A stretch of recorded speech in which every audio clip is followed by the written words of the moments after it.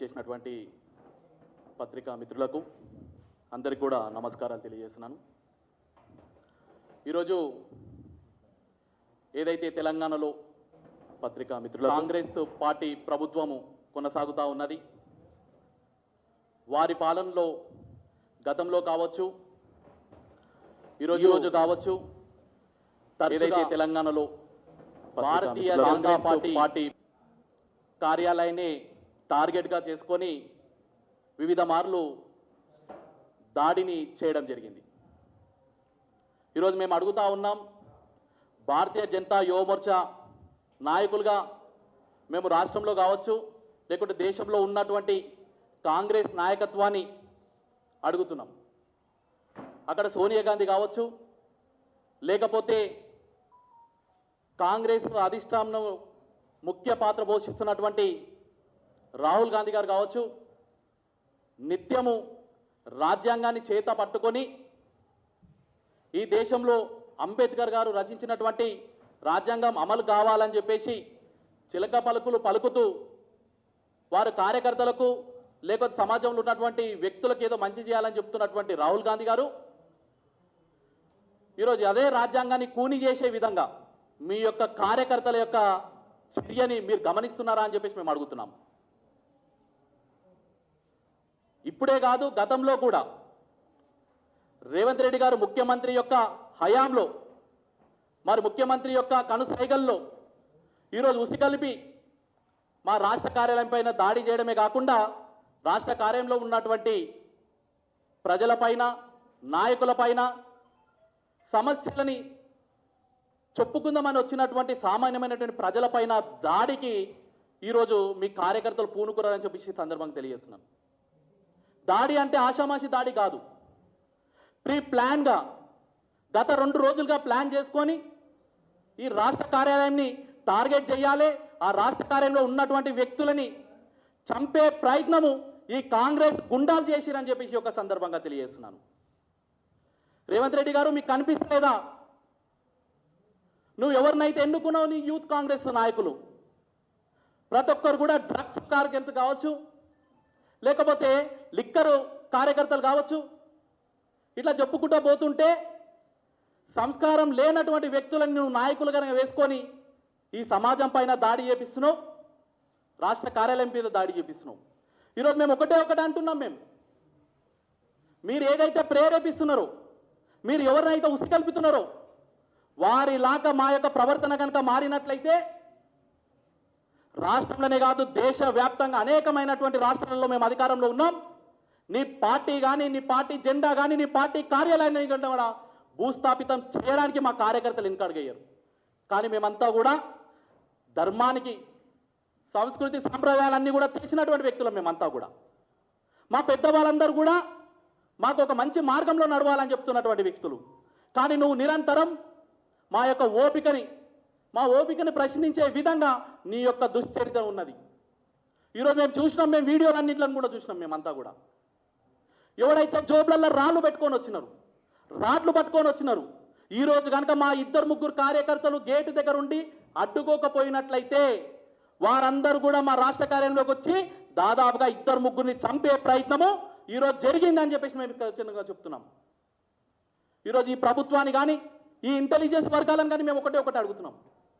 మేము ఒక దిష్టి బొమ్మ కార్యక్రమం చేయాలని చెప్పేసి మేము ఒక పిలుపునిచ్చుకుంటే రాష్ట్ర వ్యాప్తంగా అనేక మంది పోలీస్ వ్యవస్థను పెట్టి మా కార్యకర్తలను అందరినీ కూడా అరెస్ట్ చేపించడానికి నీ యంత్రాంగం మొత్తం కూడా ముందరకు వచ్చింది.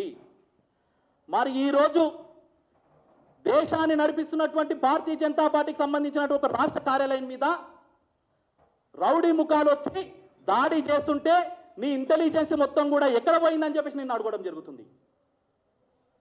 అంటే రేవంత్ రెడ్డి గారు అనుకుంటున్నారో చేతులు కట్టుకొని ఉంటారు, ఎప్పుడు చూడు జై శ్రీరామ్ అంటారు, మంచి మార్గంలో పోతుంటారు. వీళ్ళని ఏమన్నా కానీ ఊరుకుంటారా అని చెప్పేసి అనుకుంటే మాత్రం ఖచ్చితంగా రేవంత్ రెడ్డి నీకు హెచ్చరిస్తా ఉన్నాం.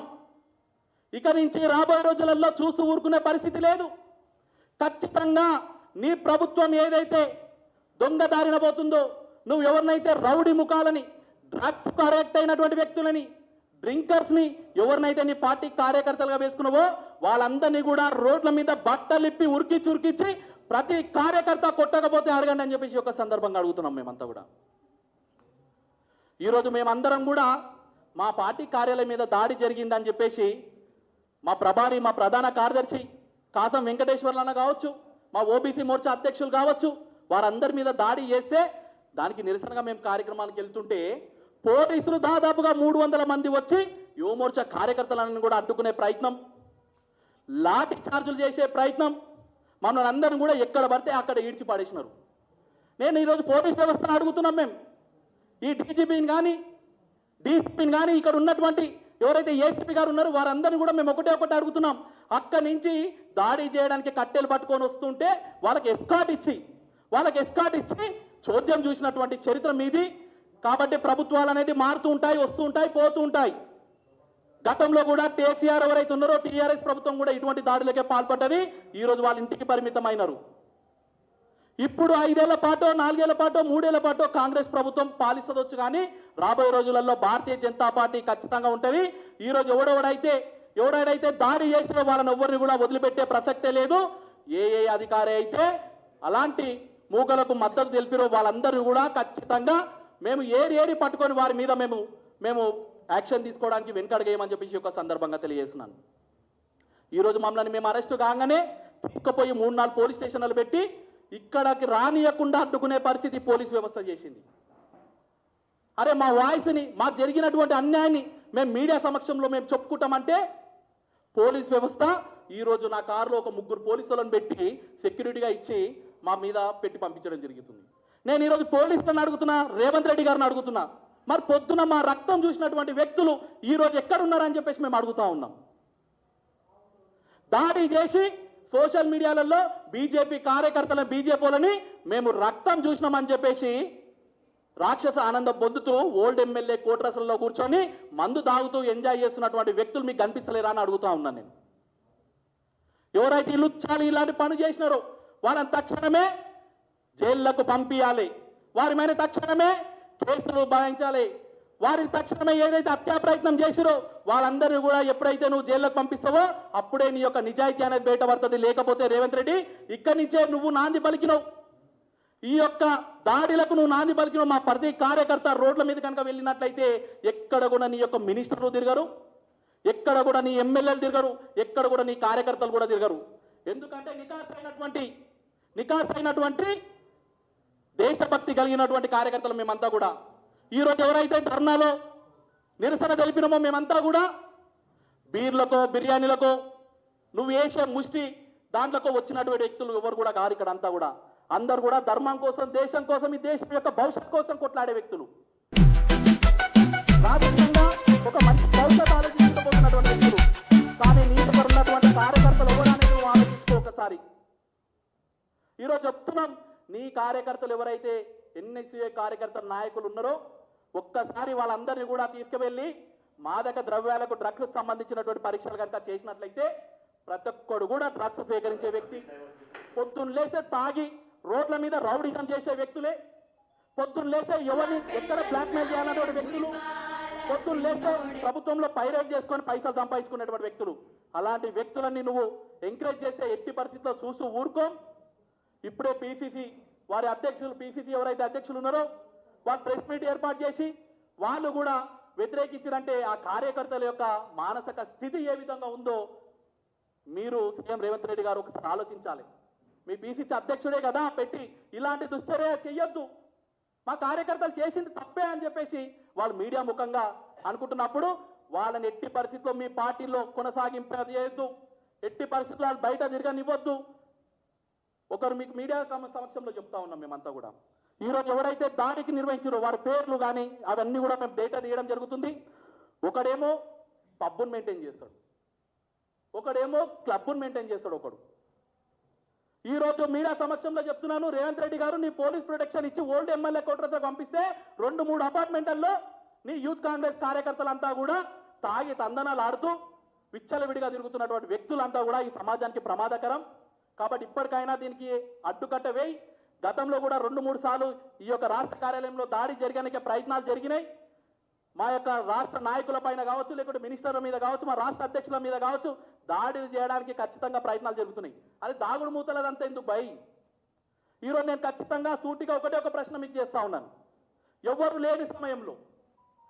లేని సమయంలో రాష్ట్ర కార్యాలయానికి ఒక 20 మంది వచ్చి అమాయకుల మీద దాడి కాదు, యువ మోర్చా కార్యకర్తలమంతా కూడా రాష్ట్ర వ్యాప్తంగా మేము రెడీగా ఉన్నాం. నీకు కొట్లాడే దమ్ముందా? ఏదైనా ప్రజలకు ఇబ్బంది కలగకుండా, ట్రాఫిక్ ఇబ్బంది కలగకుండా ఎక్కడైనా కానీ కూర్చోవడానికి మేము సిద్ధంగా ఉన్నాం. వచ్చే ఆఫీసుల మీద దాడి కాదురాపై ఏ గ్రౌండ్ లో కూర్చో, మేమందరం కూడా రానికే సిద్ధంగా ఉన్నాం. చూద్దాం నీ ప్రతాప ఏందో మా ప్రతాప ఏందో చూద్దాం.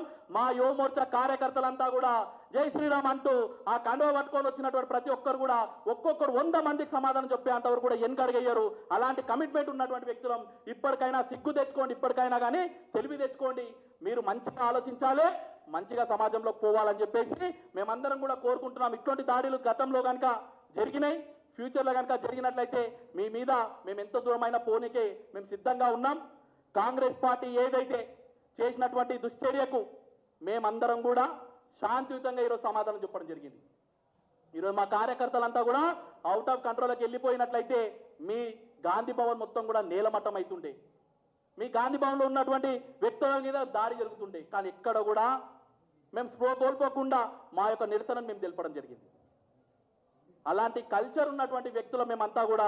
కాబట్టి ఇప్పటికైనా రేవంత్ రెడ్డి గారు ఇలాంటి వ్యక్తులను అందరూ కూడా మీ పార్టీ నుంచి శాశ్వతంగా సస్పెండ్ చేయాలి, శాశ్వతంగా పదవుల నుంచి రాజీనామా చేపించి వాళ్ళని జైళ్లకు పంపించే ప్రయత్నం చేయాలి. లేకపోతే యువ మోర్చా రాష్ట్ర వ్యాప్తంగా మీ కాంగ్రెస్ పార్టీ చేసినటువంటి దుశ్చర్యకు రాష్ట్ర వ్యాప్తంగా అన్ని కార్యాలయాల ముందు ఈరోజు జరిగినటువంటి కార్యక్రమాలే జరుగుతాయి, దిష్టిబొమ్మ కార్యక్రమాలు జరుగుతాయి, రాస్తారోకోలు అన్ని కూడా జరుగుతాయని చెప్పేసి మీ అందరూ కూడా తెలియజేస్తున్నాను.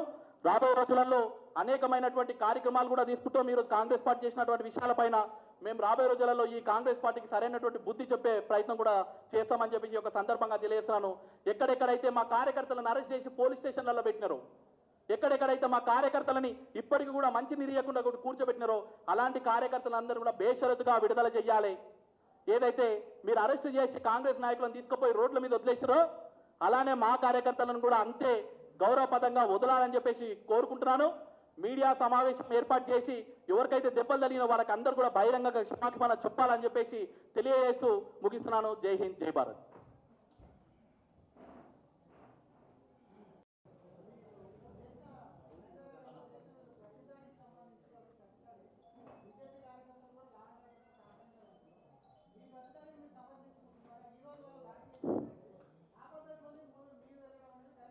ఈరోజు మొదటి దాడి కాదన్న, ఇదంతా కూడా భారతీయ జనతా పార్టీ మీకు కూడా తెలుసు.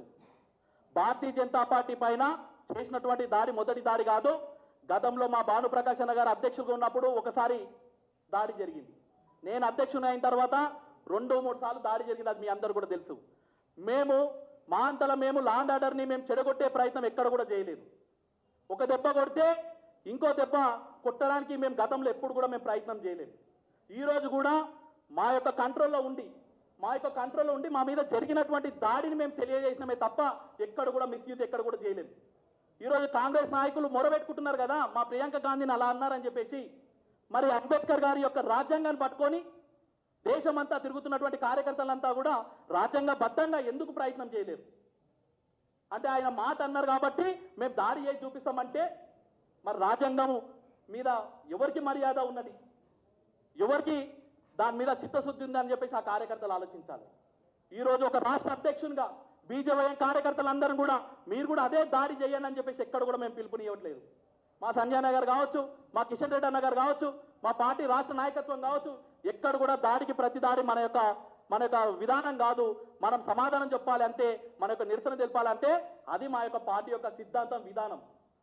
ఈరోజు రేవంత్ రెడ్డి గారికి, మహేష్ కుమార్ గారికి ఇంగిత జ్ఞానం కనుక ఉన్నట్లయితే, కొంచెమాన దేవుడు బుద్ధి కనుక ఇచ్చినట్లయితే అలాంటి కార్యకర్తలకు కూర్చోబెట్టి బర్తరఫ్ చేయాల్సినటువంటి బాధ్యత కాంగ్రెస్ పార్టీ మీద ఉన్నది. వారు అలాంటి దాడులు కనుక ముందుకు తీసుకపోతే మేము కూడా సోయి తప్పినాం అనుకోండి, రాష్ట్రంలో ఏ కాంగ్రెస్ పార్టీ కార్యకర్త ఎవ్వడు కూడా బతికి బట్టగట్టాల్సినటువంటి అవసరం ఉండకుండా వారి యొక్క మనుగడ కొనసాగుతుంది.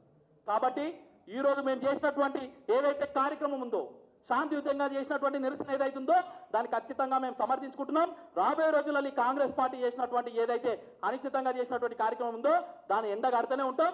జిల్లాలలో కానీ రాష్ట్రంలో నలుమూలలో ఉన్నటువంటి మండల కేంద్రాలలో కానీ ఖచ్చితంగా కాంగ్రెస్ పార్టీకి మేము వ్యతిరేకంగా కార్యక్రమాలు నిర్వహిస్తామని చెప్పేసి ఒక సందర్భంగా తెలియజేస్తున్నాను.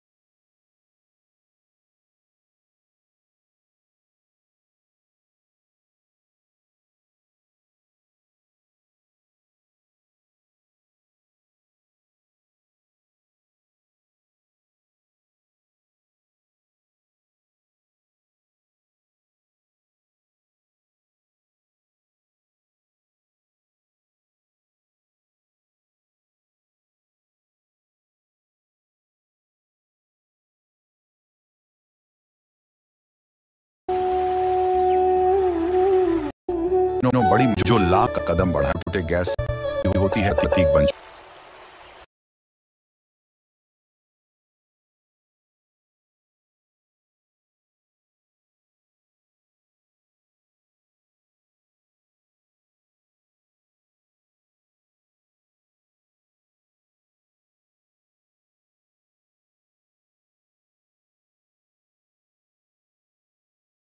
आगम है 13।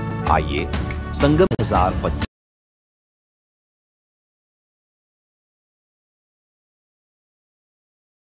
आस्था विश्व में यात्रा नेविगेशन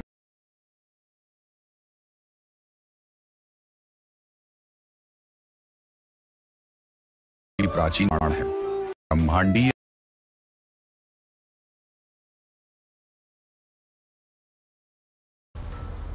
सनातन संस्कृति गुरुकुलों की परंपरा ने हर लेकर आई।